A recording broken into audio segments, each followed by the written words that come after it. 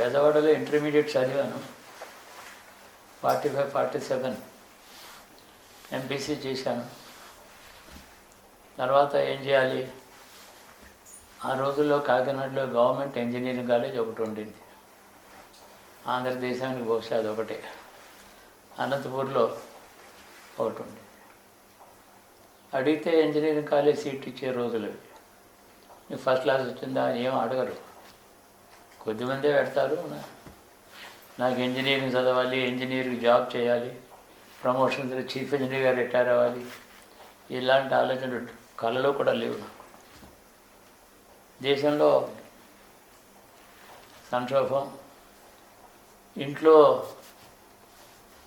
పతనం, ఆర్థిక పతనం, పూర్తిగా డిక్లైన్ వచ్చేసింది. ఆస్తులు ఉన్నాయి, దానికి ఆదాయం లేని ఆస్తులు అమ్ముకోవాల్సిందే. ఆదాయం ఎందుకు లేదు? పెట్టుబడి కావాలి. ఉదాహరణకి 280 ఎకరాలు ఒక ఊళ్ళో ఉంది. దాని మీద పెట్టుబడి పెడితే 6-8 బోర్వెల్స్ వేసి రైతులు డబ్బులు ఇస్తే ఏదో కందులు మినుములు పండుతాయి. భూమి ఉంది కానీ మా దగ్గర పెట్టుబడి లేదు, రైతులు పేద. కాబట్టి ఆస్తులు ఉన్నాయి, ఆదాయం లేదు. మా నాన్నగారి పరిస్థితి ఉన్న డబ్బు ఏమన్నా ఉంటే వకీళ్ళు మాట్లాడడం, అర్జెంటుగా మాకు 5,000 పంపించు, 2,000 పంపించు, మెడ్రాసు అక్కడ ఖర్చు అయిపోతుంది. అయిపోయింది ఆల్మోస్ట్. చాలా ఆస్తులు ఉన్నాయి. మరి చదువుకుని ఉద్యోగం చేస్తావా అంటారంతా. ఒకటే, మా ఇంట్లో స్వభావంలో ఉద్యోగం చేయడం అనేది ఎవరికి ఇష్టం లేదు. ఎవరి దగ్గరికైనా వెళ్ళి కూర్చొని గుడ్ మార్నింగ్ సార్ అని చెప్పడం అనేది మహా కష్టమైన పని. అంతకన్నా ఒకరి దగ్గర నౌకరీ చేయడం కంటే ఏదో ఇంత చింతపండు వ్యాపారం చేసుకోవడం కూడా గౌరవం అని ఇలాంటివి అభిప్రాయాలు లోపల ఉన్నాయి. ఇది కాక దేశం ఏమీ బాగలేదు. సరే వెళ్ళాను జాబ్లో. బీఎస్సీలో చేరాను విజయనగరంలో. విజయనగరం అక్కడి నుంచి బరహంపురం చరిత్ర అందరికీ తెలుసు. మా నాన్నగారు చాలా ఆలోచించారు. దగ్గరలో కాలేజీలో బీఎస్సీ అప్పుడప్పుడు పెడుతున్నారు కొద్దిగా. ఎక్కడ చదివితే వాళ్ళు కాస్త established college maharajas college Vizianagaram seat ఇచ్చారు. కానీ మా నాన్నగారికి చాలా సందేహాలు. ఒక్కడిని అవుట్ పంపిస్తాం, హాస్టల్లో ఉంటాడు, ఆ జ్ఞాతుల తాలూకు మనుషులు ఉన్నారు. అప్పటికే కొన్ని హైకోర్టు రెఫరెన్సెస్లో ఉత్తరవార్తుడుగా నా పేరుంది. అంటే ఏమిటి, మైనర్ దావా అని ఒక మాట ఉంది అసలు. అంటే మా తండ్రి గారు దావా సరిగ్గా నడిపించకపోవడం చేత నాకు నష్టం వచ్చిందని, నాన్నగారిని కూడా కలిపి నేను దావా చేస్తాను, చేస్తే మా నాన్నగారు డిపెండెంట్ అవుతారు. అప్పుడు నాకు ఫేవరబుల్ జడ్జిమెంట్ రావచ్చు. ఇక అప్పటికీ ఎన్నాళ్ళు కాలేదు, 20 ఏళ్ళు, 23 ఏళ్ళు అయ్యింది అంతే కదా. దావాలు ప్రివీ కౌన్సిల్ మళ్ళీ వెనక్కి పంపించారు. అలాంటి దావాలు చేయాలని చెప్పి నా పేరేమో కోర్టు రెఫరెన్సెస్లో వస్తుంది. ఏమో వాళ్ళేమో మా నాన్నగారి మీద అటెంప్ట్ చేశారు. ఎలా ఉంటాడో, క్షేమంగా ఉంటాడా లేదా పంపిద్దామని. జాగ్రత్తగా ఉండాలి, అందరినీ నమ్మొద్దు, ఎవరైనా పిలిచి భోజనం పెడతానంటే వెళ్ళకూడదు. నేను వెళ్ళను, నన్ను ఎవడు ఏమీ చేయలేడు నాన్నగారు అని చెప్పాను. నాకేమిటో ఆ ధైర్యం ఎప్పుడూ ఉంటుంది. నన్ను ఎవడేం చేయగలడు అంటే నేనెవరో నాకేమిటో నాకే తెలుసు అని ఒక ధైర్యం. మా అమ్మ నా మీద నాకున్న నమ్మకం ఎంతో, నా నమ్మకం మీద అంత నమ్మకం మా అమ్మకు ఉంది. పర్వాలేదు పంపిద్దామని. హాస్టల్లో హ్యామిక్ హాస్టల్ అని ఒకప్పుడు అక్కడ కలెక్టర్గా పెంచిన హేమిక్ అని ఆయన పేరు మీద హాస్టల్ కట్టారు. చీరాలు బాగానే ఉంది. చాలా అట్టహాసంగా నాకు కావాల్సిన అరేంజ్మెంట్స్ అవి అంటే ఏమంది భోజనం దగ్గర కావాల్సినవి పంపించారు. Physics main, chemistry subsidiary, mathematics subsidiary, 3 subjects చేరాను. ఇదివరకే చెప్పాను కదా నాకు దాని మీద పెద్ద అంబిషన్, యూనివర్సిటీ ఫస్ట్ రావాలి, ఓ డిగ్రీ తీసుకోవాలి. వెళ్ళాను. జూలై 3వ తారీఖు జాయిన్ అయినట్టు గుర్తు. 47 ఆగస్టులో స్వాతంత్ర్యం, 45 రోజులు 2 నెలల లోపలే. ఆ రాత్రి 12 గంటలకి కాలేజీ ప్రాంగణంలో పెద్ద జెండా ఎగరేసాం. హారతులు, పాటలు, ఆడపిల్లలు చాలామంది ఉన్నారు, స్టాఫ్ అంతా ఉన్నారు. రాత్రి 12 గంటలకి జెండా ఎగరేసాం. పేపర్లు చదువుతున్నాం కదా, దేశం 3 ముక్కలైపోతుంది, పెద్ద ట్రాజెడీ దేశం. ఆ సంవత్సరం బ్రిటిష్ వాళ్ళని నిర్ణయానికి వచ్చారు, వదిలిపెట్టి వెళ్ళిపోతాం. 1, దేశాన్ని విభజన చేస్తాం. 2, దేశంలో ఒక టెంపరరీ క్యాబినెట్, ఒక కాన్స్టిట్యూంట్ అసెంబ్లీ ఫార్మ్ అవుతుంది. నెహ్రూ గారేమో ప్రైమ్ మినిస్టర్ అవుతారు. ఓ రోజు ముందేమో జిన్నా గారు ప్రైమ్ మినిస్టర్ అవుతారు. పాకిస్తాన్లో అన్ని నిర్ణయాలన్నీ అయిపోయినాయి. బంగ్లాదేశ్ కూడా ముస్లిం కంట్రీ కాబట్టి పాకిస్తాన్లో చేరుతుంది. ఎందుకంటే బ్రిటిష్ వాళ్ళు వెళ్ళిపోయిన తర్వాత భారతదేశంలో ముస్లిమ్స్కి ఏమి క్షేమం ఉండదు, హిందువులు అన్నదాన్ని చాలా హెరాస్ చేసి చంపేయవచ్చు. అలాంటి క్రూరమైన జాతి హిందువులు కాబట్టి మాకు న్యాయం కావాలి. ఆర్గ్యుమెంట్ వాళ్ళు ఒప్పుకున్నారు.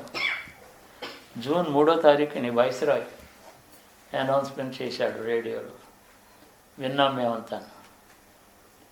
We have decided, the British government, the crown has decided to quit this country, hand over the administration and power to the Indian counterparts headed by Pandit Nehru and the Assembly. Pandit Nehru will choose his members of his cabinet on the midnight of 15th August. Midnight ante 0 hour of 15th. 3 June అయింది. కల్లోలం దేశంలో. ఓ పక్కనేమో గంతులేస్తున్నారు కాంగ్రెస్ పార్టీలో, లీడర్లేమో achieve చేశారనుకుంటారు, ప్రజలేమో అష్టకష్టాలు దుఃఖంలో ఉన్నారు. లాహోర్ నుంచి అతకి 8-7 నెలల ముందు నుంచే, అంటే జనవరి నుంచే ఢిల్లీకి వలస వస్తున్నారు. అమృత్సర్కి వస్తున్నాయి ట్రైన్స్ అని. ఎవరికి టికెట్ అది ఏం లేదు. ఇంత మూటలు అవి పట్టుకుని ఉన్న పేదవాళ్ళు, మధ్యతరగతి, మరీ పేదవాళ్ళు దరిద్రులు కాదు, వాళ్ళు మధ్యతరగతి కుటుంబాలు, ఉద్యోగాలు చేస్తూ వ్యవసాయం చేస్తూ తాతల నాటి ఇంట్లో ఉంటూ బతుకుతున్నటువంటి లోయర్ మిడిల్ క్లాస్ కుటుంబాలు, లాహోర్ చుట్టుపక్కల గ్రామాల్లో ఉన్నవాళ్ళు వలస వస్తున్నారు. అవన్నీ చూస్తున్నాం. సగం న్యూస్ వస్తుంది, సగం రావటం లేదు. చాలా హీనస్థితి. సరే, నేను ఢిల్లీ వెళ్ళి చూశాను, అది ఇప్పుడు చెప్పదలుచుకోలేదు, డైగ్రెషన్ అవుతుంది. దుఃఖం సముద్రంలో ఉన్నారు. ఎంతమంది? 20 లక్షలు జనం బార్డర్లో. సరే, మేము మాత్రం తిరంగా ఎగరేసాం. ఆ రాత్రి మాకు నిద్ర పట్టలేదు. అందరికీ ఏదో రాత్రి టీ ఇచ్చారు, స్వీట్స్ పంచి పెట్టారు. మా ప్రిన్సిపాల్ గారు ఒక ఆయన ఉన్నారు, కేఆర్ సుబ్రహ్మణ్య అయ్యర్ అని, సౌత్ ఇండియన్ అయ్యర్ గారు. ఆయన చాలా ఉత్తముడు, మంచివాడు, గాంధీ భక్తుడు. ఆయన ఉన్నాడు.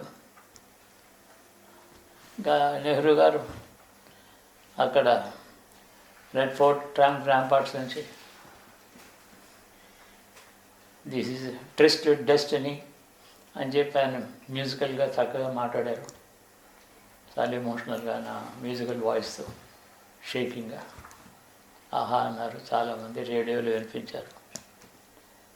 ఎలా ఉందంటే పెద్ద ట్రాజడీని ఉత్సవంగా మార్చుకునే ప్రయత్నం చేస్తోంది దేశం, ఒక్క మాటలో చెప్పాలంటే.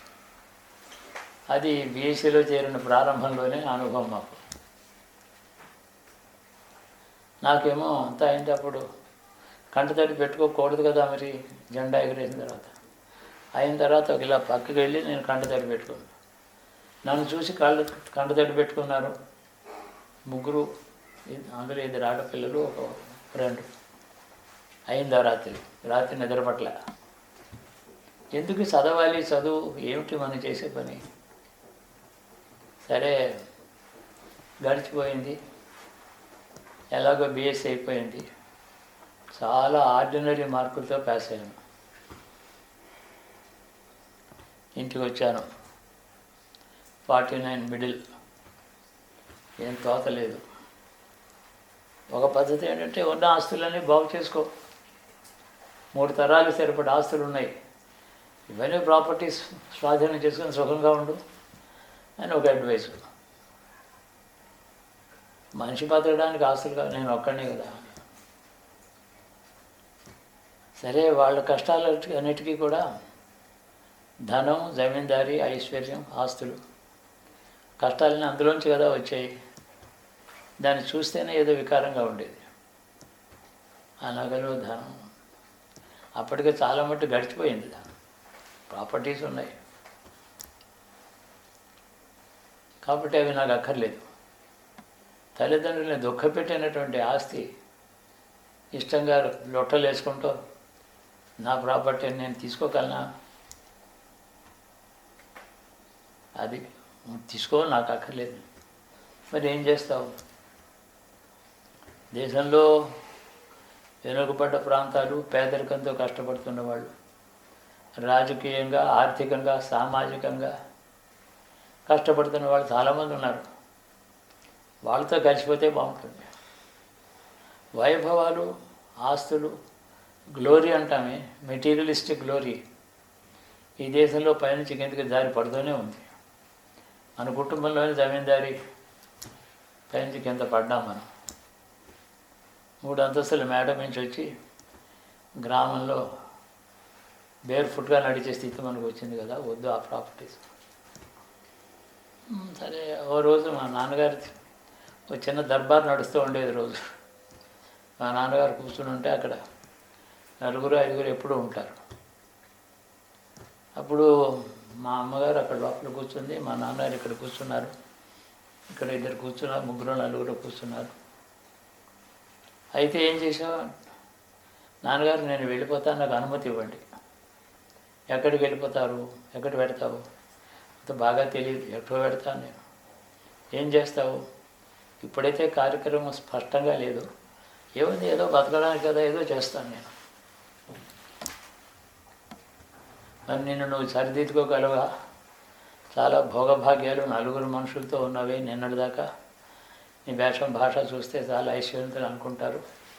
ఐశ్వర్యాలని పోయిన తర్వాత కూడా మన లైఫ్ స్టైల్స్ బాగా ఇలా ఉంది కదా, సింపుల్ లివింగ్ రాలేదు. ఎలా ఉంటావు? కష్టపడతావేమో అని ఆలోచిస్తున్నాను. నాన్నగారు నాకు నమ్మకం ఉంది. కాశీ అన్నపూర్ణ ఒకటి ఉంది, మదర్ తల్లి, కష్టపడినది నాకు. పైగా ఏం చేస్తే కూడా నాన్నగారు నాకు ఎంత ధైర్యం ఉందంటే, ఏదైనా రైల్వే స్టేషన్లో పోర్టర్గా చేరితే బ్రిడ్జి మించి 4 మాటలు హెడ్ లోడ్లు మోస్తే 4 అర్ధ రూపాయలు ఇస్తాడు, 2 రూపాయలు వస్తుంది.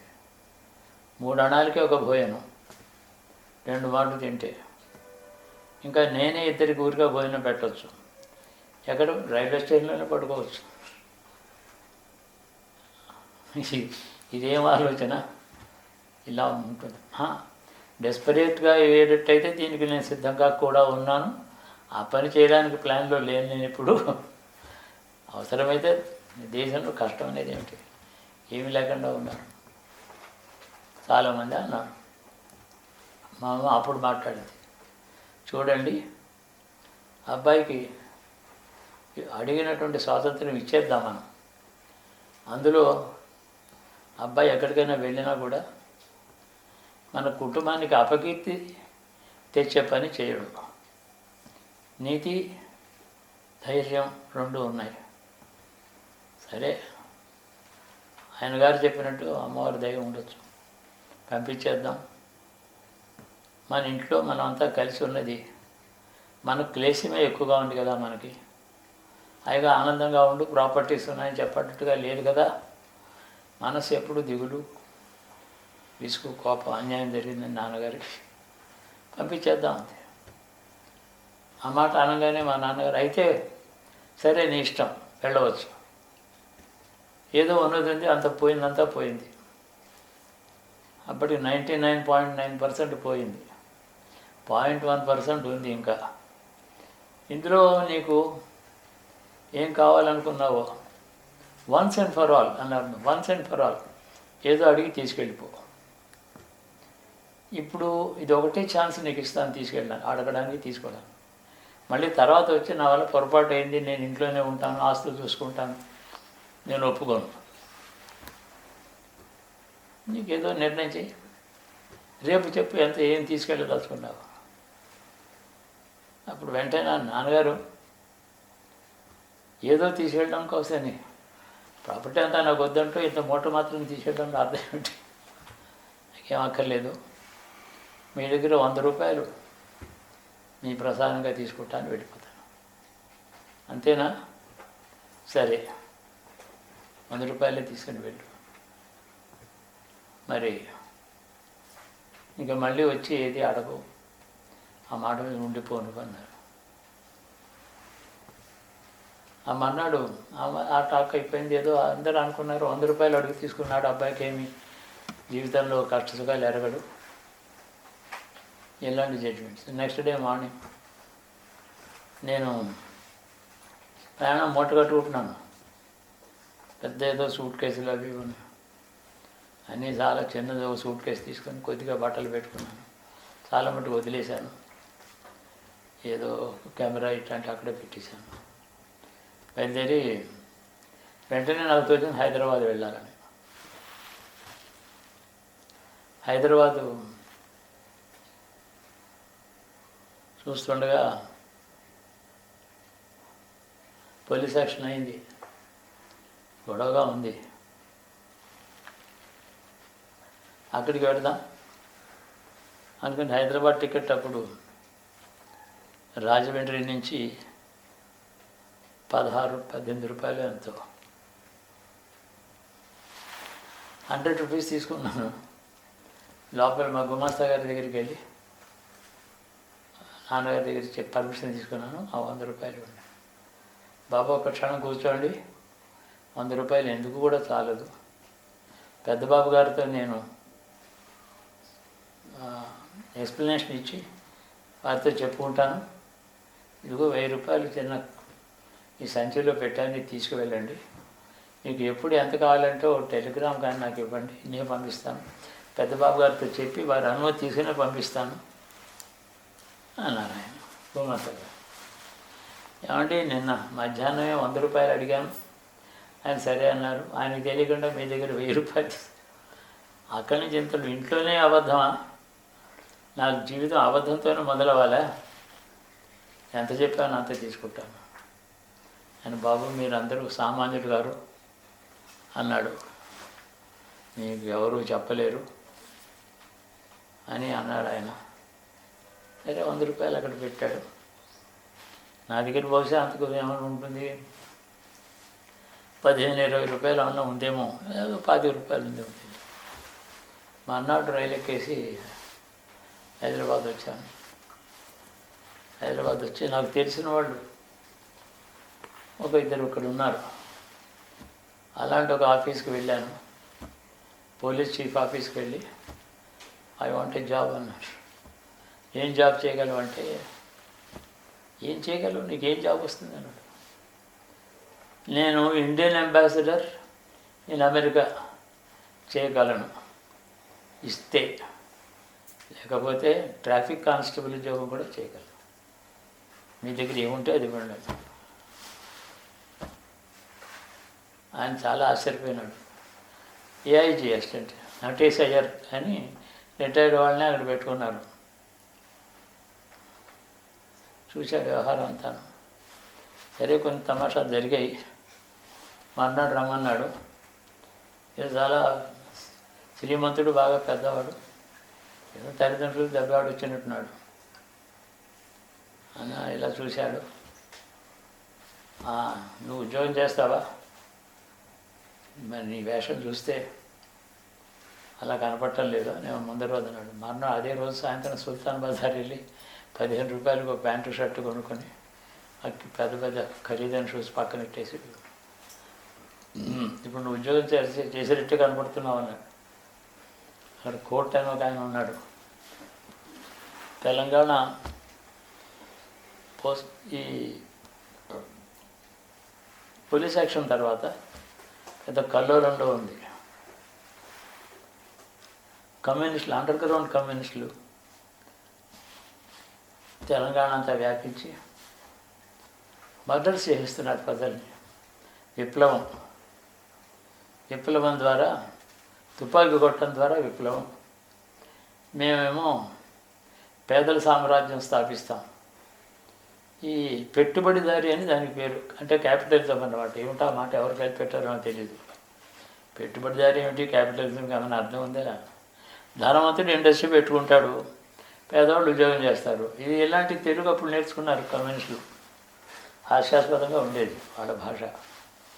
సోవియట్ ల్యాండ్ అని ఓ పత్రిక రష్యా నుంచి తెలుగులో కూడా వచ్చేది. ఆ సిద్ధాంతాలు ఏదో దేశం అంతా గొప్పగా మారిపోతుంది, ఇక దారిద్ర్యం ఉండదు, ఈ ధనవంతులందరూ పోతారు స్వర్గానికి అని ఓ పెద్ద దాని మీద స్పెషల్ రేంజ్గా డిక్లేర్ చేసి 5 జిల్లాలు వాళ్ళని ట్యాకిల్ చేయడానికి గవర్నమెంట్ ఆర్డర్స్ ఇచ్చారు. స్పెషల్ పోలీస్ ఆఫీసర్ని అపాయింట్ చేశారు. ఆయన మహారాష్ట్ర క్యాడర్, అంటే బాంబే క్యాడర్ నుంచి వచ్చే ఐపీ ఆఫీసరు. గజానన్ రావు వామన్ కోట్ ఆయన పేరు. చాలా పులి లాంటి మనిషి, క్యారెక్టర్ ఉన్నవాడు. స్కాట్లాండ్ యార్డ్లో ట్రైనింగ్ ఉంది. ఏమీ లేకపోతే చేతిలో రివాల్వర్ లేక కలిపడి కొట్టి గొంతు విసిగి చంపుతాడు. అదొక టైప్ మనిషి. ఆయన భార్య, 2 పిల్లలు సికింద్రాబాద్లో ఉన్నారు. డెప్యుటేషన్ మీద ఉన్నాడు. ఈ 5 జిల్లాల్లోనూ కొంచెం హైదరాబాద్లో కూడా కలిపి చూస్తుండగా ఓ 11-12 బెటాలియన్స్ తెచ్చుకున్నారు బయట నుంచి. ఇక వాళ్ళని వేటాడడం మొదలెట్టారు. వాళ్ళేమో ప్రజలను చంపడం మొదలెట్టారు. అది జరిగింది. ఈ కథ నడుస్తుంది. వరంగల్ హెడ్ క్వార్టర్స్ పెట్టారు. ఆ ఐజీ ఆఫీసులో నాతో పరిచయం చేశారు. ఈ అబ్బాయి ఉద్యోగానికి వస్తాడు, మీ దగ్గర తీసుకోండి.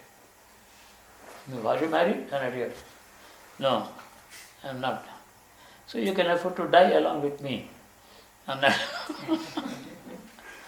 But you are married sir అన్నాడు.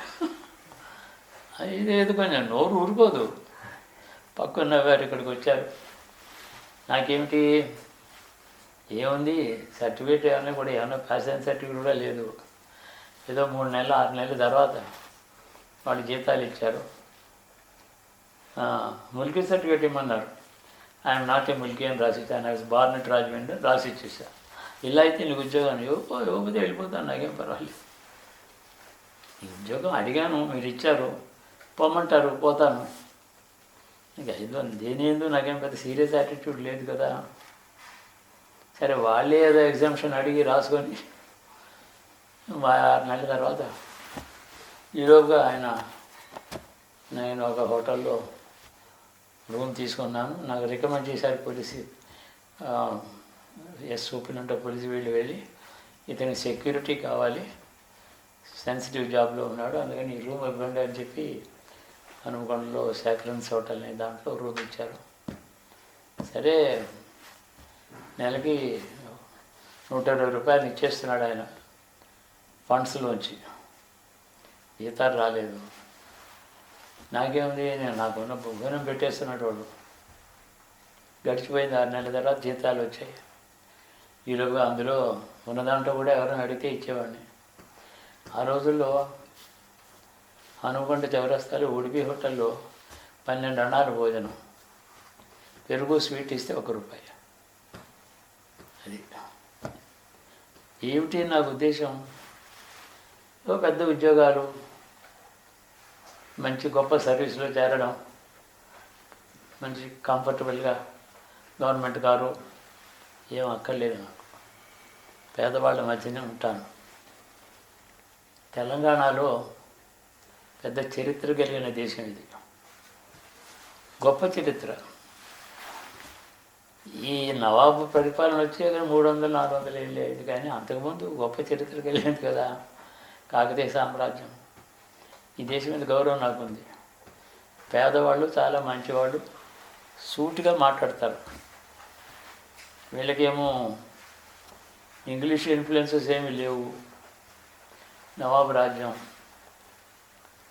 ఎక్కడ చూసినా పాతకాలపు పడిపోతున్న దేవాలయాలు. ఆ దేవాలయానికి ఇంత డబ్బు లేదు, హుండీలో రూపాయి వేయడం ఎవరికి లేదు, డబ్బు లేదు. ఈ దేశంలో నాకు బాగా ఏంటంటే ఎక్స్ట్రీమ్ గ్లోరియస్ వైభవం ఉంది. అది చూసిన అక్కడి నుంచి అందరూ పడిపోతూ ఉండడమే దేశ చరిత్రని అవగాహన అయిన తర్వాత ఇంకా పడిపోవడానికి వీలు లేని స్థితి ఏది, అట్టడు. అక్కడి నుంచి కింద పడిపోం కదా. ఒక మూడది, ఒక జడ్జిమెంట్. ఆ విధంగా నాకు ఉద్యోగం మొదలైంది. కొన్నాళ్ళు నాకు ఒక గది ఉండేది ఆ పాతకాల బిల్డింగ్లో. నేను వెళ్ళిన జూన్ 5కి చేరాను 50లో. అప్పటికి ఏడాది గడిచిపోయింది అటు ఇటు తిరగడం. ఓ రోజు అదే పాతకాల వెనకాల పెద్ద వరండా, అందులో రూమ్ లేదు. ఓ రోజు 10:30కి ఆఫీస్కి వెళ్ళేటప్పుడు పైనుంచి వేలాడుతోంది 6-6.5 అడుగులు పాము ఒకటి. ఆ ర్యాప్టర్ పట్టుకుని నా టేబుల్ మీద దాకా వేలాడుతోంది. అంత మంచి బిల్డింగ్ అది. నేను ఇలా చూసేప్పుడు ఏదో తాడనుకున్నాను. యువతకు వచ్చాము, దాన్ని తీసుకెళ్ళారు. అలాంటి పరిస్థితులు. నా ఆఫీసు బిల్డింగ్ అలాంటిది, దేశం అలాంటిది, ఊరు అలాంటిది, నా ఉద్యోగం నా జీతం అలాంటిది. అక్కడికి వాలంటరీగా ప్రతివాడు యూత్లో పెద్ద సిటీకి వెళ్ళాలి, మంచి జాబ్ ఎక్కడ దొరికి చూడాలి అనుకుంటా. శుద్ధ వ్యతిరేకం. అంటే నెగిటివ్ యాటిట్యూడా ఇది, పెసిమిజమా, ఆప్టిమిజం లేక అంత పెసిమిస్టిక్ యాటిట్యూడా? నో, పెసిమిజమే లేదు. రాక్ బాటమ్ ఆఫ్ హ్యూమన్ లైఫ్లో వెళితే పేదవాళ్ళ మధ్యన ఉంటే మనం వాళ్ళ యొక్క భావాలు పంచుకోవచ్చు. దేశం కల్లోలంలో ఉంది. ఆ విధంగా ఉద్యోగంలో చేరాను. నాకు ఆ హోటల్లో ఉండే దానికంటే కూడా ఏం చేశారంటే, ఇక్కడ కలెక్టరు పెద్ద ఆఫీసర్లంతా నాకు స్పెషల్గా గౌరవంగా దయగా చూపించారు. పెద్ద బంగ్లో ఇచ్చారు, ఒక గార్డెన్ ఇచ్చారు ముందర, కానిస్టేబుల్ గేటు దగ్గర సెక్యూరిటీ కోసం పెద్ద బంగ్లో. తర్వాత ఎవడో నేను వంట చేసి పెడతానని నాయరని ఒకడు వచ్చాడు. వాడు వంట, పెద్ద డైనింగ్ హాలు, టేబుల్స్, ఫర్నిచరు, వ్యవహారం అంతా గవర్నమెంట్ ఖర్చుతో న్యూస్ పేపరు ఏమిటో అలా ఏర్పడింది. నాకంటే చిన్న ఉద్యోగం మా ఆఫీసులో ఎక్కడా లేదు. సర్వెంటు ఇల్లు ఉడిచేవాడు ఉన్నాడే, వాడే నాకంటే తర్వాత వాడు. అంత చిన్న ఉద్యోగం, స్టైల్ మాత్రం అని చెప్పా కదా. అన్నపూర్ణ దయ ఉంటే బాగానే గడుస్తుంది జీవితం. దేశం అంతా తిరగడం మొదలెట్టాను. అక్కడ ఏడాది గడిచిపోయింది. మా తల్లిగారికి ఏమిటో యాంగ్జైటీ, ఎక్కడికో వెళ్ళిపోయాడు. ఇంకా అక్కడికి పోయి హిమాలయాస్కి పోతాడేమో, కనపడకుండా ఎటో వెళ్ళిపోతాడేమో. అబ్బాయిని ఒక పెళ్లి చేసి ఉచ్చు బిగించి ఇంటికి తెచ్చుకోవాలి. అందుకని ఆవిడ నిర్ణయం ఏమిటంటే పెళ్లి చేయాలని.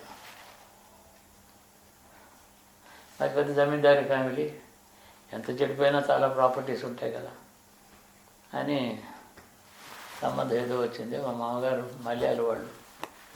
మా మామగారు వాళ్ళ అన్నగారు ఇద్దరు కూడా civil surgeons, government civil surgeons, medical officers.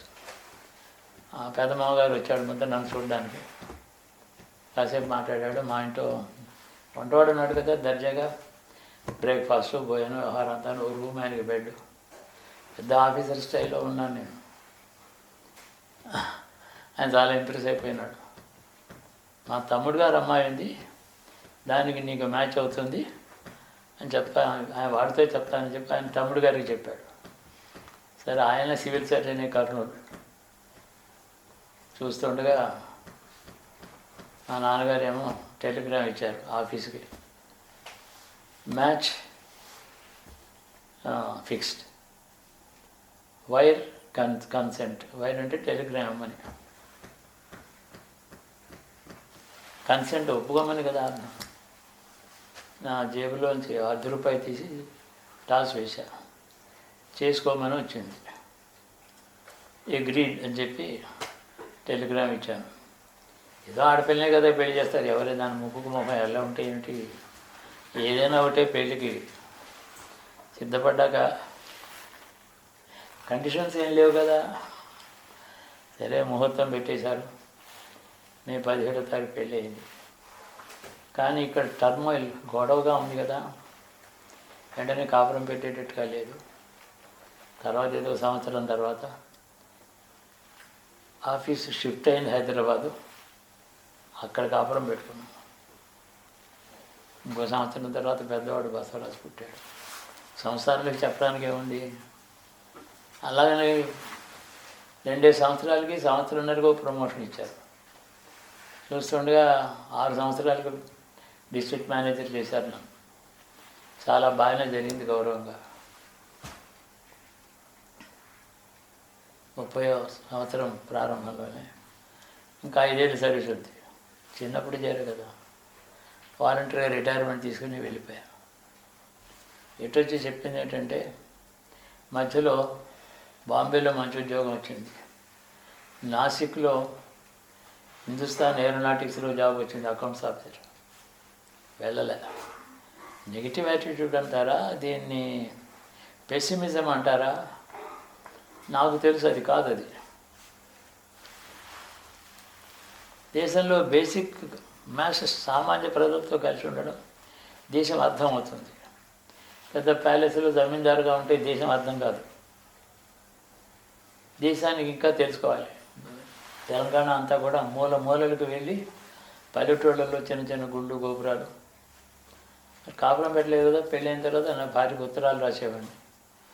అక్కడికి వెళ్ళి ఒక మామూలు కెమెరా ఇంకోటి కొనుక్కున్నాను, ఓ ఫోటో తీసి ఫలానా గ్రామంలో అమ్మవారి పూజ చేస్తున్నారు, ఇది ఇలా చాలా పేదరికంలో ఉంది గుడి అని చెప్పి ఒక ఆర్టికల్. అవే మా కాంటాక్ట్ పెళ్ళైన తర్వాత ఓ 30-40 లెటర్స్ రాశాను. తర్వాత హైదరాబాద్లో కలుసుకున్నాం. అవన్నీ తర్వాత ఎవరో ఎత్తుకుపోయినారు ఆ ఫోటోగ్రాఫ్స్ అన్నీ. ఇందులో ఏమిటి సారం అంటే ఏమిటి, దేశంలో అష్టకష్టాలు పడుతున్న దేశంలో తన యొక్క ప్రాస్పెక్ట్స్, తన భోగభాగ్యాలు, మంచి ఉద్యోగం, చాలా మంచి ఇల్లు అన్వేషించి సంపాదించుకోవడం గొప్ప విషయం కాదు. అది అవి వదిలేసి ఏమీ లేని వాళ్ళతో కలిసిమెలిసి ఉండగలిగితే అది గొప్ప త్యాగం అని కాదు, అవగాహన వస్తుంది సమాజం యొక్క స్థితిగతి. దానివల్ల నాకు చాలా విషయాలు తెలిసాయి. దేశంలో ఏ కష్టాలు సుఖాలు అంటూ ఇంకేముంటాయి ఇందులో, కష్టం లేదు, సుఖం లేదు. దేశం చూస్తున్నా, రోజు ఒక 100 మంది మర్డర్స్ అయ్యేవి 5-6 జిల్లాల్లో. ఈ పోలీస్ ఏమో 100 మందిని చంపడం మొదలెట్టారు కొన్నాళ్ళకి. అప్పుడు అణిగిపోయింది. స్పెషల్ ఏరియా క్లోజ్ చేశారు, హైదరాబాదు షిఫ్ట్ అయిపోయింది ఆఫీసు సెప్టెంబర్ 52కి. ఇక అప్పుడు అక్కడ కాపురం పెట్టుకున్నాను. మామూలుగా పిల్లలు ఎలా పుట్టే చదివించారు. నేనేమో చెప్పాను కదా, మా పిల్లల్ని కూడా నా ప్రిన్సిపల్ ప్రకారం ఏదో చాలా పూర్ స్కూల్స్కి పంపించాను. గడిచిపోయింది. చాలా మంచి ర్యాంక్ వచ్చింది నాకు. అడిషనల్ సూపరింటెండెంట్ ఆఫ్ పోలీస్ ర్యాంకులో సెక్రటరీగా రిటైర్ అయ్యాను.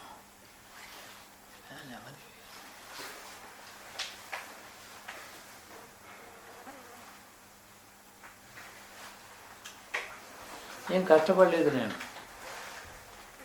గడిచిపోయింది. తిరిగి చెప్పొచ్చేది ఏంటంటే, ఉన్న సుఖాలు వదిలిపెట్టి బయటకు వెళ్ళి లోకంలో అందరితో కలిసిమెలిసి ఉండడం చేత లోకంలో మానవ సహజమైనటువంటి సుఖ దుఃఖాలు అనుభవంలోకి వస్తాయి.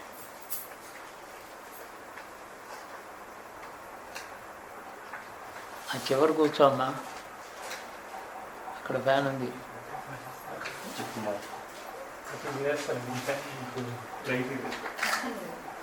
ఆ చివరి ఆ ఫ్యాన్ కింద కూర్చుంటే ఆడికి ఎయిర్ హంగర్, గాలి చాలా.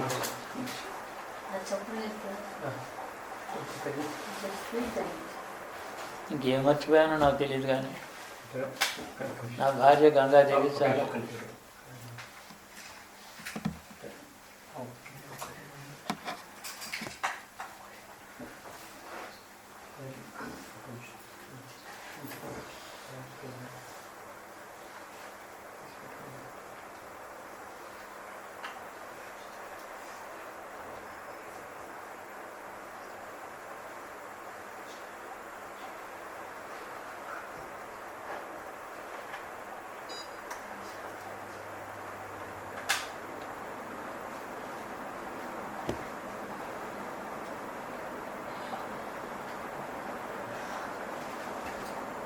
కొంచెం స్పీడ్ తగ్గిస్తుంది.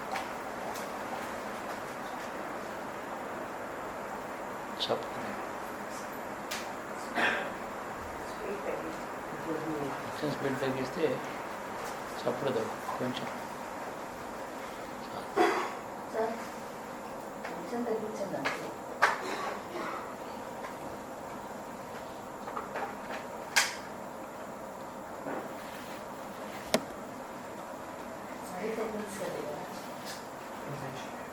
వాళ్ళకి రాదమ్మా, చేత కాదు.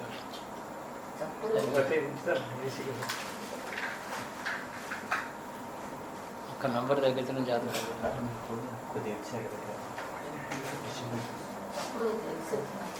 చిన్నది దూరంగా ఉంది. ఏంటంటే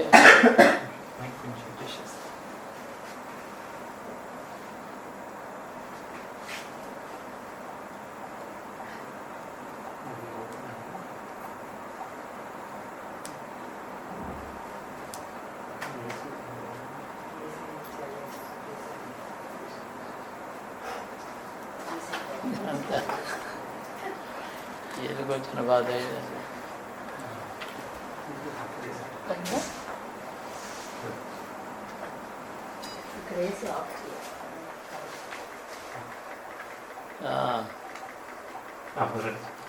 నా భార్య గంగాదేవి చాలా సమర్థురాలు, చాలా మంచిది.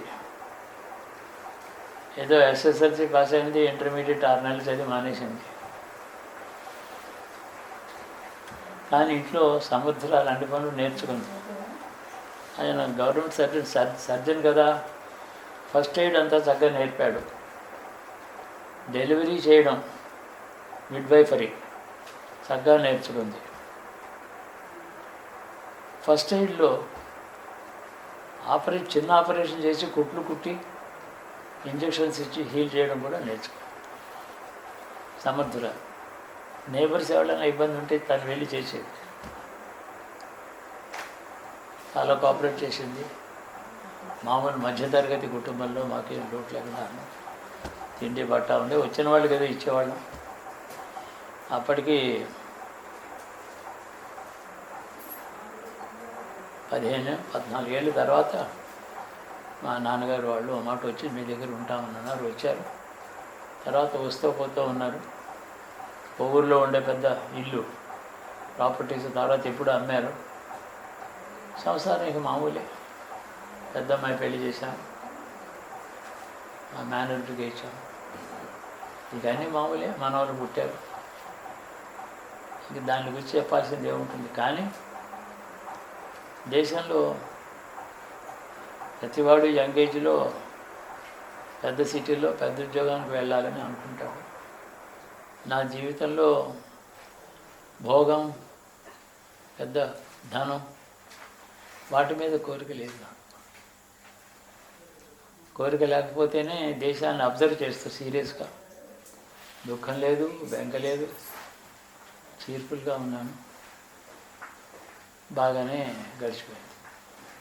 ఇంకా 5 ఏళ్ళు సర్వీస్ ఉంది. 82 రిటైర్ అయ్యాను. ఈ లోపుగా నేను ఏదో పెద్ద అట్టహాసంగా పబ్లిక్గా పూజలు చేయడం, అందరు రమ్మనడం అలా ఎప్పుడు చేయలేదు. ప్రైవేట్ నా ఇంట్లో నా శివపూజ చిన్నప్పటి నుంచి శివపూజ, దేవతార్చన కొద్దిగా చేసుకుంటున్నాను. మరి ఒకసారి 4 సంవత్సరాల పైన టూరింగ్ ఉద్యోగం ఇచ్చారు. 5 జిల్లాలు ఇన్స్పెక్షన్స్ చేయాలి, 2 బెటాలియన్స్ ఇన్స్పెక్ట్ చేయాలి. టూరింగ్ నేను స్వయంగా వండుకుని తింటూ ఇన్స్పెక్షన్స్ చేస్తూ టూర్ చేశాను.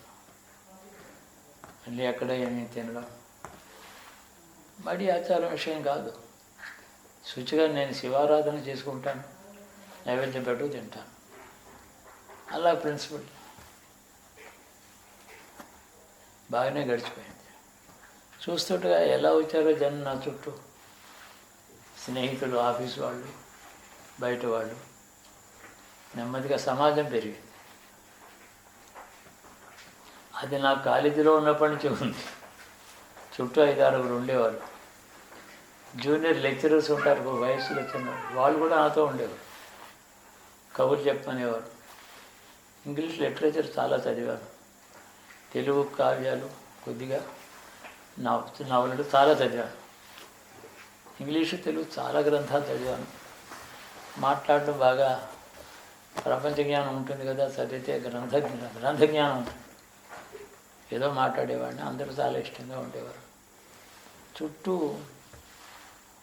సమాజం పెరిగింది. ప్రకృతి స్వభావం అది. మనం రండి నాతో మాట్లాడండి, నేను మిమ్మల్ని అందరికీ సలహా చెప్తాను అంటే కష్టం రారు. నాకు ఎవరు వద్దు, నన్ను వదిలేయండి అంటేనే వస్తారు. అలాగే జరిగింది. తర్వాత చూస్తుండగా నా భార్య 84 జూన్ 24 చనిపోయింది. బియ్యం బట్టలను సెటిల్ అయిపోయాను. బాగా గడిచిపోయింది. తర్వాత కథంతా కూడా నేను తెచ్చుకున్న సమాజం కాదు, నాకు వచ్చిన సమాజం. ఏం మాట్లాడతాను?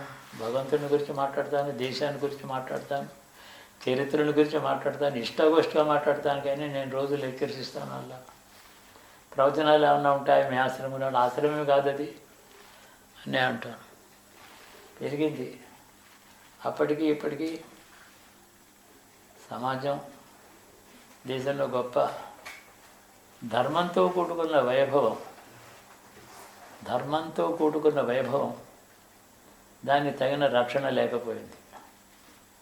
అక్రమంగా సంపాదించుకున్న వైభవం కొంతకాలం వెలుగు వెలిగింది. ఇదే కథ.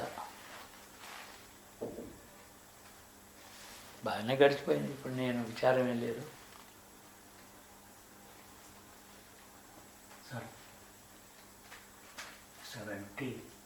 74లో మీరు సాధారణ ట్రిప్ వెళ్ళి అరుణాచలం వెళ్ళినప్పుడు భగవాన్ భారతదేశం మీద నాకు, దేశం మీద మమకారం కదా, భారతదేశం కదా నన్ను చూడాలి. హిమాలయాల నుంచి ఇండియాలో, భారతదేశంలో పడుకు దొల్లాలని ఉంటుంది, అంత ప్రేమ నాకు. అది ఉన్నప్పుడు ఇంకేం తోచదు కదా. ఒక మాట ఏదో చుట్టూ వీళ్ళందరూ వచ్చారు, కుటుంబాలు, స్నేహితులు. వాళ్ళని తీసుకెళ్ళి దేశం చూపించాలి. యాత్రలు, గుళ్ళో వెళ్ళి గోత్రనామాలతో పూజలు చేసుకోవడం కాదు. దాని మీద నాకు పెద్ద ఇంట్రెస్ట్ లేదు. ఆ క్షేత్రం చూపించాలి, అక్కడ చరిత్ర చూపించాలి, భగవంతుడు నమస్కారం చేసి రావాలి. సరే, అలాగా సౌత్కి వెళ్ళాం. 74 అనుకుంటాను. అప్పుడు 72 నుంచి 75 మధ్యలో కొన్ని ఉపనిషత్తుల మీద సాయంకాలం ఉపన్యాసాలు చెప్పాను. చివరికి భగవద్గీత ఉపన్యాసం మొదలెట్టాను. జన్మాష్టమితో ఆ గీత ఉపన్యాసాలు పూర్తి చేశాను. అప్పుడే యాత్రలు చేశాను, చాలా యాత్రలు చేశాను. పెద్ద పెద్ద గ్రూప్తో 100 మంది 120 మంది సౌకర్యంగా సుఖంగా నార్త్ ఇండియా బద్రీ కేదార్ దగ్గర నుంచి రాజస్థాన్ మొదలైనవి ఏదో రుద్రయాగాలు అవి చేసుకుంటూ చేశాం. బాగానే గడిచిపోయింది. 3 ఏళ్ల క్రితం కూడా 2 ఏళ్ల క్రితం కూడా మరి కాశీ యాత్ర చేయొచ్చాం. బాగానే ఉంది. పూర్వమేమో చాలా యాక్టివ్గా బాగా ఫాస్ట్గా నడిచేవాడిని. మొన్నటిదాకా 3 ఏళ్ల క్రితం కూడా చాలా ఫాస్ట్ వాక్ నాది. నాతో ఎవరు సమానంగా నడవలేకపోయేవారు. మొన్నటిదాకా కాళ్ళతో నడిచాను, ఇప్పుడు చేతులతో నడుస్తుంది. చేయబడి అంతే కదా. బాగానే ఉన్నాయి. ఇంకా ఏం చెప్పాలి వివరాలు అలాంటివి? సార్ అది చెప్తే బాగున్నాం. 74లో రమణాశ్రమం వెళ్ళాం. అరుణాచల్లో భగవాన్ మిమ్మల్ని మీ వర్క్ స్టార్ట్ చేయమని చెప్పారని. అరుణాచలంలో అక్కడికి వెళ్ళాము. భగవాన్ చిన్నప్పుడు కనపడ్డాడు కదా. ఆయన ఏదో 38లో 74లో ఆయన ఆశ్రమానికి వెళ్ళాం. ఒక రోజు అక్కడ పడుకున్నాం. ఆయనేమో ఒక చిన్న మెసేజ్, ఎందుకు అలా రహస్యంగా జీవిస్తావు అని. అంటే రహస్యంగా నీ పని మొదలుపెట్టు. నీ పని మొదలంటే ధర్మ ప్రచారం అని. నాకు గురువులు లేరు ఆధ్యాత్మిక విషయంలో, కానీ శాస్త్రాలు రానే రావు. కాబట్టి ఏం గురువులు ఉంటారు. కాబట్టి నాకు ఈ గురువు ఎవరంటే ఏం చెప్పను. రాత్రి అప్పుడు ఆయన కనపడ్డారు కాబట్టి ఆయనకు నాకు గురువు లాంటివాడు. ఆయన గురువే అంతే. ఆయన ఎప్పుడైతే ఎందుకు ఇలాగ గుప్తంగా ఉంటావు, మొదలుపెట్టు. ఇక అప్పుడు అక్కడి నుంచి వచ్చిన తర్వాత కావాలి ఉపనిషత్తులు, టాక్స్, ఎవరో ప్రేరణ. అంతకుముందు భాష్యాలు చదివానా లేకపోతే పండితుల దగ్గర విన్నానా, చదువుకున్నానా లేదు. పుస్తకం పట్టుకున్నాను, మాట్లాడాను. చాలానే అయినాయి. ఇదిగో ఈ పిల్లలు వీళ్ళందరూ ఆర్ఈసీలో ఈ 7 మండుగురు ఈ ప్రొఫెసర్లు దగ్గరగా వచ్చారు నాకు. ఈ పిల్లలందరూ సంటి పిల్లలు అంటాడు చిన్నవాడు. వీళ్ళేమీ అసలు ఇంకా చదువుకుంటారు, చిన్న స్కూల్లో ఉన్నారు. వీళ్ళని ఒక 4-5 సంవత్సరాలు తర్వాత యాత్రకు తీసుకెళ్ళాను. ఇవన్నీ టాక్స్ అయినాయి. డాక్టర్ విశ్వనాథన్ ఇక్కడ ఉండేవాడు.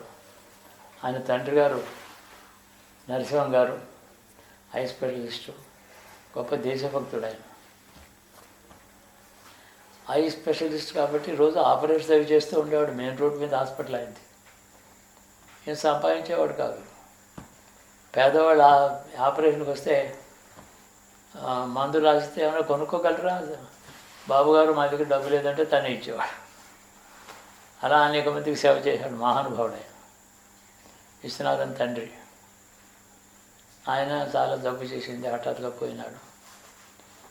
అదే విశ్వనాథం కూడా ఇంత లోపల నేను అక్కడికి వెళ్ళి భీమునిపట్నంలో స్థలం కొని రిటైర్మెంట్ ముందర తీసుకోదలుచుకున్నాను. కాబట్టి ఎక్కడో మారుమూల ఒక స్థలం కొనుక్కొని అక్కడ ఉందాం. ఏదో హ్యాబిట్స్లో ఫ్లాట్ కొనుక్కుంటే అర్థం ఏంటి, పిచ్చి. ఒక తోట, పల్లెటూరు, దూరం, చప్పుడు లేకుండా ఉండాలి. ఎవరో తెలిసిన వాళ్ళ ద్వారా 5 ఎకరాలు కొన్నాను. 5 ఎకరాలు, ఎకరం 8-9 వేలే. చాలామంది వచ్చారు, మా భూములు కొనండి, మా భూములు. అదే అక్కడ తర్వాత లేఅవుట్ చేయాలన్నారు. వీళ్ళందరూ వచ్చారు. మా అందరికీ సైట్స్ కావాలి, మీ దగ్గర ఉంటామన్నారు. లేఅవుట్ అయింది. అప్పుడేమో 9,000కి 8,000కి ఎకరం వస్తే ఇప్పుడేమో 3,500 4,000 గజం ఉంది. ఏమిటి దీనికి ధరలు పెరిగి. నా వైఫ్ వచ్చి అరేంజ్మెంట్స్ అన్నీ చేసింది. టెలిఫోన్ కనెక్షన్ వచ్చింది. ఒక డ్రైవర్ ఉన్నాడు. సెటిల్ అయ్యాను. ఆవిడ చూసి అరేంజ్మెంట్స్ అన్నీ చేసి మళ్ళీ కాకినాడ వెళ్ళి 29 మేకి మళ్ళీ కాకినాడ వెళ్ళిపోయాం. వారం రోజులు ఉన్నాం అక్కడ. 24 జూన్ పోయింది. ఒక సంవత్సరం పాటు కాస్త కన్ఫ్యూజన్. అంటే బ్యాంకులో ఎక్కడుందో డబ్బు, చెక్ బుక్ ఎక్కడుందో అది కూడా చేత కాదు నాకు. డిపెండెంట్గా ఉండిపోయింది. సరే, అలాగే సంభవం ఆవిడ లేకుండా జీవించడం నేర్చుకున్నాను. 7-8 నెలలు పట్టింది, టైం పట్టింది. తర్వాత వీళ్ళందరూ వచ్చారు నన్ను గురించి చూస్తూ ఊరుకోరు కదా, నన్ను వదిలిపెట్టలేదు. నా కష్టాలు సుఖాలు ఏమున్నాయో వాళ్ళకి చాలా అవసరం. కేర్ టేకర్స్గా వచ్చేసారు. వాళ్ళు బాగా లేకపోయినా కష్టాల్లో అనారోగ్యాల్లో ఉన్నా నా కోసం చాలా కేర్ టేకర్స్ నన్ను బాగా చూసుకున్నారు. ఈనాడు రాఘవేంద్రుడు, సత్యవతి, ఈ చిన్నవాడు రాధా, ముగ్గురు కలిసి నన్ను ఈ స్థితిలో ఇలా కంఫర్టబుల్గా పెట్టారు. భీమునిపట్నంలో వరంగల్ తీసుకొచ్చి నాకు వైభవాలు కల్పించారు. వీళ్ళంతా రూటేం లేదు, బాగా చేశారు. ఒకటేమిటంటే నా దగ్గర వచ్చిన వాళ్ళు నా పిల్లలే. నేను చేసే శివారాధన ఉంది, వాళ్ళకి క్షేమాన్ని ఇస్తుంది, వాళ్ళకి కష్టం రానివ్వదు. వాళ్ళు పుట్టిన పిల్లలు వాళ్ళు క్షేమంగా ఉంటారు. నాకు ఒక పెద్ద గొడుగు నీడ. నా దగ్గరికి వచ్చిన వాళ్ళందరూ నా పిల్లలు, దాని నీడకు వస్తారు. వాళ్ళు బాగానే ఉంటారు. ఇది ఈశ్వరుడు నాకు ఇచ్చిన వరమే అనుకోండి. అపసవ్యంగా ఇది జరగలేదు. మరి నువ్వేం చేసావని అడిగితే, ఇటీవలే 14 ఏళ్ళ మధ్యనే కొన్ని సంస్థలు అక్కడ పెట్టాను. Andhra music academy, classical music ఆంధ్రదేశంలో పాపులర్ చేయాలి, అదొకటి.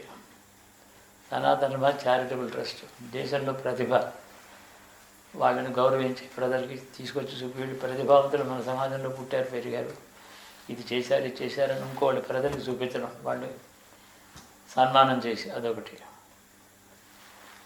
తర్వాత మహాలక్ష్మి ఆలయం కట్టాలి. ముందు ఇవన్నీ ప్లాన్స్ ఏం లేవు. ఉత్తర మరి భీమునిపట్నం ఒక 250 సంవత్సరాలు యూరోపియన్స్ అందరూ వాడుకున్నటువంటి సీ పోర్టు. అక్కడ ఈస్ట్ ఇండియా కంపెనీ, బ్రిటిషు, ఫ్రెంచి, డచ్ 3 కంపెనీలు 3 దేశాల నుంచి ఇక్కడికి వచ్చి వ్యాపారం చేశారు. ఓడలు ఇక్కడికి వచ్చేవి, సరుకులు కొనుక్కుని వెళ్ళేవారు, చాలా సంపాదించుకున్నారు వాళ్ళు. అక్కడ వాళ్ళందరూ పేదవాళ్ళందరూ మహాలక్ష్మి పేరెట్టుకుంటూ ఉంటారు. అంటే పైడి తల్లి బంగారు తల్లి అంటే మహాలక్ష్మి అన్నారు. ఇది మగవాళ్ళు కూడా అదే పేరు. దారిద్ర్యం చాలా ఉంది.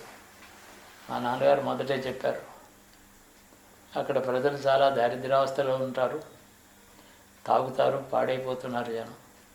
వాళ్ళకి ఏదో చాలా నేను చేద్దాం అనుకున్నాను, నా ఉన్నవన్నీ పోయి, నువ్వు అక్కడికి వెళ్తున్నావు, వాళ్ళకి ఏమన్నా నువ్వు చేయగలవేమో ఆలోచించు. ఇది అదే లాటిట్యూడ్ మీద బొంబాయి ఉంది పశ్చిమ తీరం, అది కూడా మహాలక్ష్మి క్షేత్రమే. బాంబే మహాలక్ష్మి అంటారు. పక్కనే ముంబాదేవి అని చెప్పి అమ్మవారు, అది కూడా మహాలక్ష్మి. అక్కడ ఉండే ధనం ఐశ్వర్యం చూస్తే ఎక్కడ అమెరికాలో, న్యూయార్క్లో కూడా అంత ధనం లేదు నిజంగా. చాలా సామాన్యుడికి దగ్గర ₹1 కోటి. దానికి అదే లాటిట్యూడ్లో ఇక్కడ ఉంది దారిద్ర్యం. కాబట్టి మహర్షి పేరు పెట్టుకుంటారు, అక్కడ అంత కోటీశ్వరులు ఉన్నారు. ఇక్కడి నుంచి బాగుపడ్డారు చాలామంది ఫారినర్స్ వచ్చి. ఇక్కడ దారిద్ర్యం ఏమిటి? నాకు అసంబద్ధంగా ఉంది, ఏదో చేయాలి.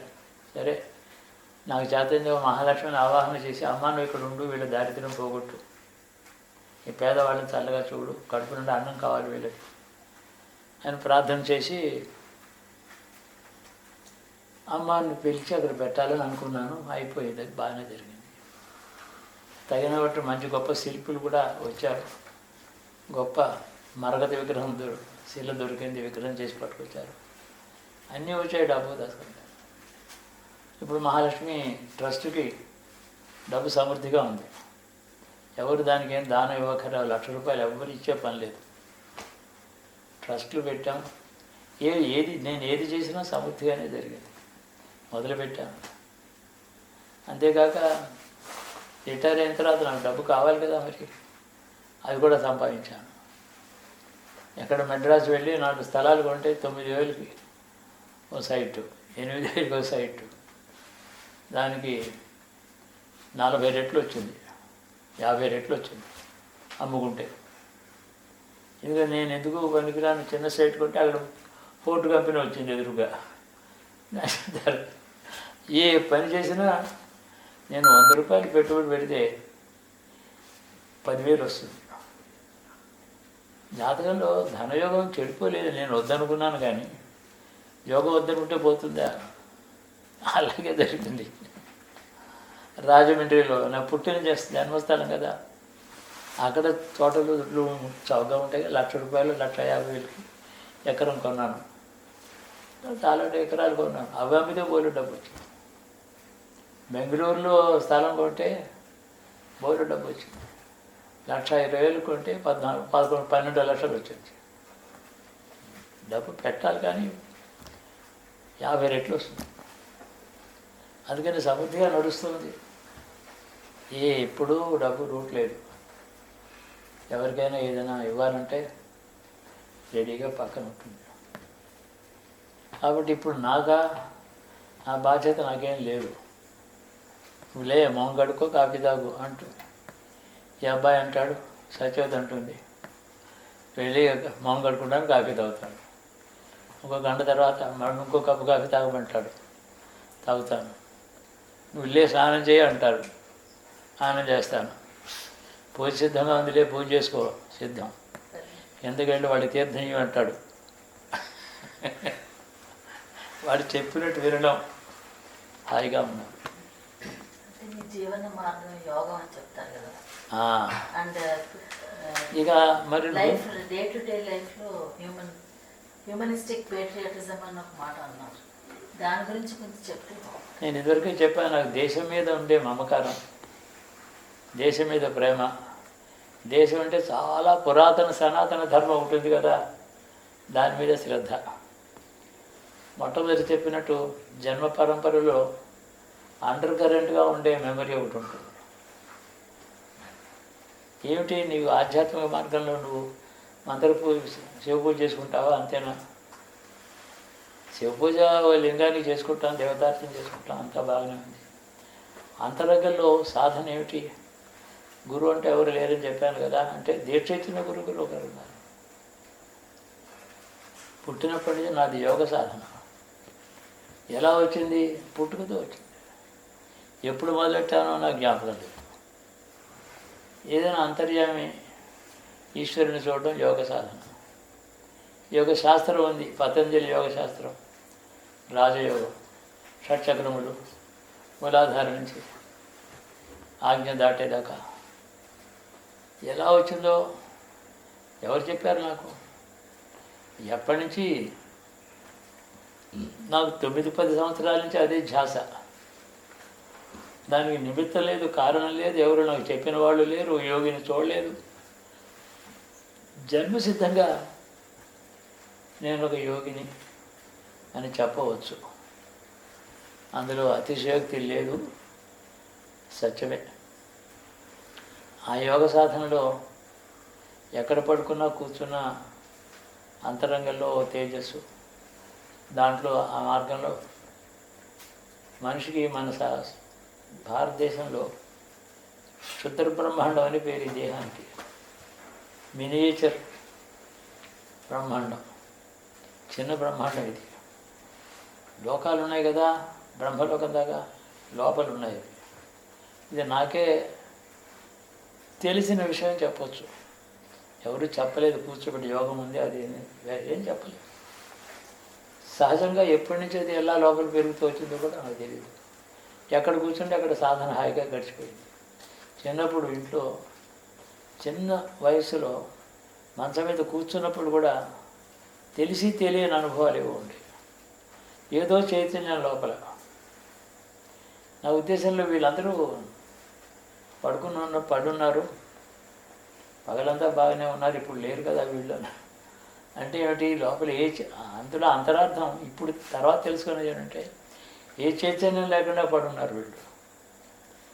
నాకు చైతన్యం ఉంది, నేను తెలివిగా ఉన్నాను, ఇందాక నుంచి నిద్రపోయినాను కానీ తెలివిగా నిద్రపోయాను నేను. వీళ్ళు తెలివి లేకుండా పడి ఉన్నారు కాబట్టి వీళ్ళు లేరు, ఇప్పుడు పొద్దున్న ఉంటారు. ఇది అంతరార్థం అన్నమాట. అంతఃకరణలో జీవుడికి వాడి పాతకాల భాషలో వాడు మాట్లాడుకుంటున్న విషయాలు ఇవి. ఇది యోగం అనేది బాగా చేసి ఉంటే అది మనిషి ఇది జన్మలెత్తిన యోగంలోనే ఉంటాడు. కర్మవశాత్తు కర్మఫలం అనుభవించడానికి మళ్ళీ జన్మ ఎత్తుతాం మనం. అలా ఉండాలని ఏం లేదు. ఏ కర్మఫలం కంపల్సరిగా అనుభవించాల్సిన స్థితి లేకపోయినా యోగిగానే మళ్ళీ పుడుతూ ఉంటాడు. అది భగవద్గీతలో కృష్ణుడు చెప్తాడు. యోగ భ్రష్టత్వం అంటాడు దాన్ని. అంటే యోగం సిద్ధించి ఈశ్వరులో లయం చెందాలి. అలా లయించకుండా ఇంకా యోగిగా ఉండగానే శరీరాన్ని వదిలిపెడితే అతడు మళ్ళీ ఒక ఉత్తమ జన్మ ఆత్మజ్ఞానంతో తాను ఎవరో తాను తెలుసుకుని పుడతాడని కూడా సూచన వ్యాఖ్యానాల్లో తను మర్చిపోకుండా పుడతాడు. సామాన్య మానవుడు తన పూర్వజన్మ తనకి జ్ఞాపకం ఉండదు, తన గురించి తనకి ఏమీ తెలియదు. అంటే మా ఊరు మా తల్లిదండ్రి ఇదని చెప్తాడు కానీ పూర్వచరిత్ర చెప్పలేడు. యోగి మాత్రం అట్లాంటి జన్మ లక్షణం ఇది. ఊరికా ఉండలేక పుస్తకాలు రాయాలని ఏదో ఉంటుంది కదా టెంప్టేషన్. దాని గురించి ఏదో వీటితో మాట్లాడేప్పుడు కఠోపనిషత్తు మీద వ్యాఖ్యానం రాశాను. కఠ అనే మాటకు అర్థం ఎవరు అంతకుముందు చెప్పలేదు. మొదటిసారిగా కఠ శబ్దానికి విశ్లేషణ చేసి అనాహత చక్రంలో 12 దళ పద్మం ఉన్నది, దాని మీద ఉండేటువంటి అక్షరములు బీజములు కకారం నుంచి టకారం గమనించని చెప్పి ఈ విషయం రివీల్ చేసింది మొదటిసారిగా నా గ్రంథం. సందేహం లేదు, పండితులు ఒప్పుకున్నారు. నేను వినయంగా చెప్పినా సత్యమేది. అది ఇలాంటి కొన్ని ఉన్నాయి. నేను అపూర్వమైన విషయాలు అందరూ చెప్పిన వాళ్ళు పండితులు కావచ్చు, నేను యోగిని, పండితుడు కాని యోగిని. యోగం చేత వచ్చిన కొద్ది కాస్త పాండిత్యం అది. అంతేగాని తర్కం వ్యాకరణం మీమాంస ఇవన్నీ పూర్వమీమాంస ఉత్తర మీమాంస అవన్నీ ఊరిగా చూశాను అంతే. భగవద్గీతలో నాకు తోచిన మాటలు ఇతరులకు వ్యాఖ్యానాల్లో ఉన్నవి కూడా కాదు. కఠోపనిషత్తులు వీళ్ళు ఈ రాఘవేంద్ర వీళ్ళందరూ కూడా చాలా డిస్క్రీట్గా జాగ్రత్తగా వింటారు. ఏదైనా ఒరిజినల్గా మాట పడంగానే వాళ్ళు గ్రహిస్తారు గ్రంథాలు. నాకుంటే మమత అంతా భారతదేశం మీద కదా. అంటే భారతదేశం అంటే ఏమిటి, భారతీయత అంటే ఏమిటి? ఎవరో మా ఎంవీఆర్ శాస్త్రి గారు లాంటి వాళ్ళు ఆర్టికల్ రాయమంటే భారతీయతని గురించి రాశారు. చాలా ఆర్టికల్స్ 4 వాల్యూమ్స్ వచ్చాయి. మళ్ళీ అందులోనూ భారతీయతని గురించి మాట్లాడతాను, దర్శనాలు, పరాధన మనిషి అట్లాంటి వాళ్ళ గురించి మాట్లాడతాం. స్వాతంత్రోద్యమంలో 4 సంవత్సరాలు స్లాట్ ఒకటి తీసుకుని అక్కడ ఏం తప్పులు జరిగాయి, ఏం జరిగింది, మళ్ళీ స్వతంత్రోద్యమం కూడా నాకు కావాలి. కఠోపనిషత్తు మీద నాకు ఎంత ఆసక్తి ఉందో భారతదేశం మీద స్వాతంత్రోద్యమం మీద జరిగిన తప్పులు అన్యాయాలు అది కూడా అంత నాకు అవసరం. అది రాశాను. ఏమయ్యా నీ సబ్జెక్ట్ ఏమిటి అసలు? ఒక పక్కన కఠోపనిషత్తు అంటావు, భారతీయ సంస్కృతి అంటావు, అంటే రాజకీయం మీద ఎందుకు రాస్తాను? భారతదేశం ఇంపార్టెంట్. భారతదేశం యొక్క ఆధ్యాత్మిక జ్ఞానం, భారతదేశం యొక్క వేద విజ్ఞానం, భారతదేశం యొక్క నాగరికత, భారతదేశం యొక్క మానవత, అందుకని భారతదేశం యొక్క రాజకీయం. సబ్జెక్ట్ అదే అసలు. దాని మీద రాశాను. ఇప్పటి కూడా దేశాన్ని గురించి మాట్లాడతాను. ఎవరికైనా చెప్పిందంటే ఈశ్వరుడు మోక్షాన్ని గురించి చాలా తక్కువ, అసలు మాట్లాడలేదు. దేశాన్ని గురించి మాట్లాడతాను. దేశాన్ని ప్రేమిస్తే భగవంతుడు సంతోషిస్తాడు, భగవంతుని ఆరాధన చేస్తారు, ఊరిక పారాయణలో అవి జపాలు చేసుకుంటారు.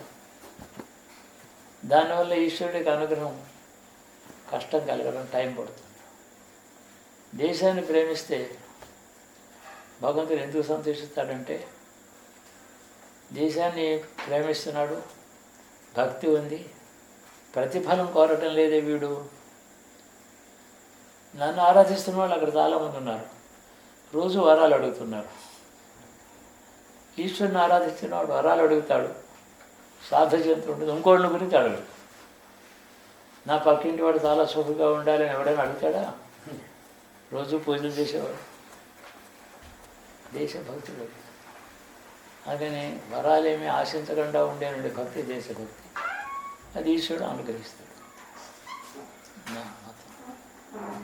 ఎన్నో జన్మలెత్తినా దేశం మీద మమకారం, ప్రేమ పోలే, అలాగే ఉంటుంది. ఈసారి ఎవరినో అడిగారు, అండి ఈ జన్మ తర్వాత మీకు మోక్షమేనా? నాకు మోక్షం రాదయ్యా, నాకు ఆ వైరాగ్యం లేదు, దేశం మీద మమకారం ఉంది, మళ్ళీ వస్తూనే ఉంటాను నేను.